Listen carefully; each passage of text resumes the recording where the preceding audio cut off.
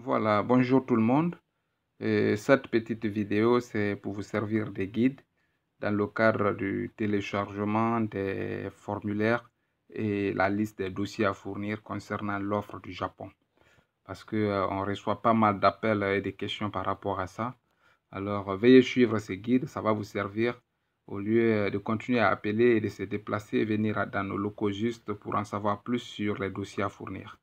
Alors, la toute première étape qu'il faut faire, c'est d'aller sur la page officielle du SNAB, sur Facebook, le Service national des bourses d'extérieur.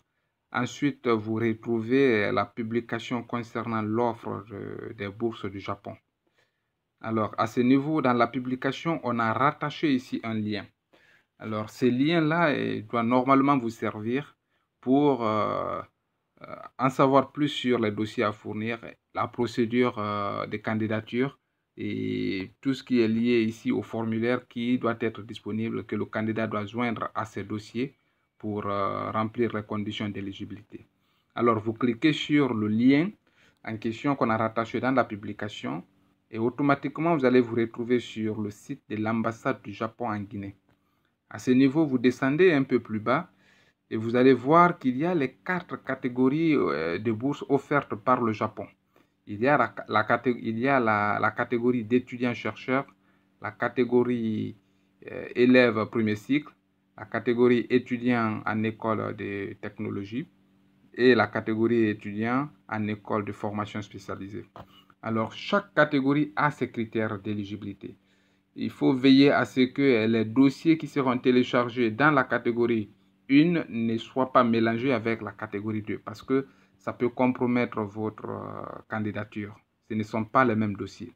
Supposons par exemple que moi je veux faire la licence, alors je suis de la catégorie élève premier cycle. Je clique sur les dossiers à fournir juste au bas de la catégorie élève du premier cycle. À ce niveau, vous allez voir que j'aurai accès ici à un fichier PDF dans lequel je vais retrouver tous les dossiers à fournir concernant la catégorie élève du premier cycle. Mon téléphone est déjà en téléchargement. Dès que je clique sur Download, je vais automatiquement télécharger le PDF. Mais je ne vais pas le faire pour gagner un temps. Alors, vous revenez encore en arrière après avoir téléchargé le fichier concernant la liste des dossiers à fournir. Vous cliquez sur la catégorie d'élèves premier cycle lui-même. Une fois que vous cliquez là-dessus, vous vous retrouvez dans un autre menu, toujours dans la même catégorie. Et là, maintenant, vous avez accès au formulaire que vous devrez remplir pour rajouter aux autres dossiers demandés dans la liste afin de postuler et de participer à la course. À ce niveau, vous avez 4 dossiers, 4 formulaires disponibles sur la plateforme dans la catégorie élèves du premier cycle. Le premier formulaire, c'est Application Form for FY 2023. Ça veut dire que ça, c'est le formulaire de l'application de la candidature du candidat. À ce niveau, il y a pas mal de choses à remplir là-bas. Il suffit juste de cliquer là-dessus pour télécharger. Ça se présente comme cela. Voilà comment ça se présente. Normalement, c'est ce fichier que vous devrez télécharger pour remplir. Ensuite, après ça, vous revenez en arrière, vous cliquez sur Direct Placement Preference Application Form for FY 2023. Ça veut dire que c'est le formulaire concernant les dossiers, les départements que le candidat doit choisir pour étudier au Japon. Donc, il y a toute une liste des départements pour la catégorie élève du premier cycle. Ensuite, il y a le troisième formulaire qui est Certificate of Health. Là, c'est le certificat médical que les candidats doivent télécharger, imprimer et aller avec ça à l'hôpital pour les examens. Les médecins comprendront à travers la demande à l'interne de ce certificat ce certificat médical, les types d'examens qu'il faut faire pour le candidat. Ensuite, le quatrième formulaire, c'est concernant la lettre de recommandation, recommendation letter. Là, à ce niveau, vous téléchargez et ensuite vous partez voir l'un de vos supérieurs dans votre université pour remplir et puis faire signer la lettre par le supérieur en question.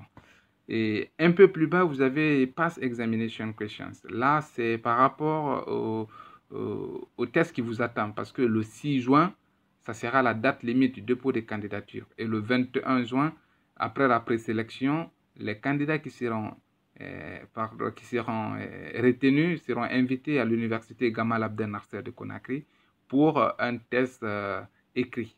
Alors là, vous avez déjà une idée à partir de ces menus. Quand vous cliquez là-dessus, vous aurez accès ici aux différents tests qui ont déjà été effectués par le Japon, par l'ambassade du Japon en Guinée. Donc, vous pouvez voir les épreuves de mathématiques, les épreuves de physique, les épreuves de chimie, de la biologie. Et puis, il y a des réponses aussi à votre droite. Donc, chaque catégorie a déjà ses références ici par rapport aux tests du passé. Ça, c'est un guide pour préparer le candidat à l'avance. Donc, vous pouvez utiliser cette vidéo et suivre la procédure pour avoir accès à ces formulaires afin ici de constituer bien vos dossiers.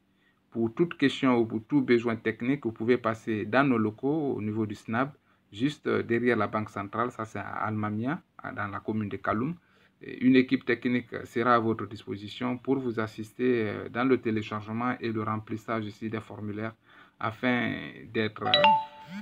de bien constituer vos dossiers et participer à la course. Nous souhaitons une très bonne chance à tous les candidats et à très bientôt.